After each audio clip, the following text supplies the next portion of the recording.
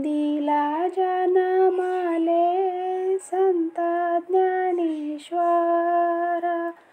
आळंदीला जन्मले संत ज्ञानेश्वर.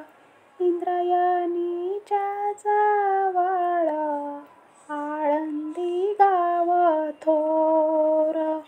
इंद्रायणीच्या जवळ आळंदी गाव थोर.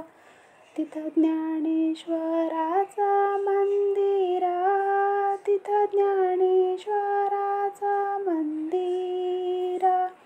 मंदिर मी पाहते, ज्ञानेश्वराचं दर्शन घेते. मंदिर मी पाहते, ज्ञानेश्वराचं दर्शन घेते.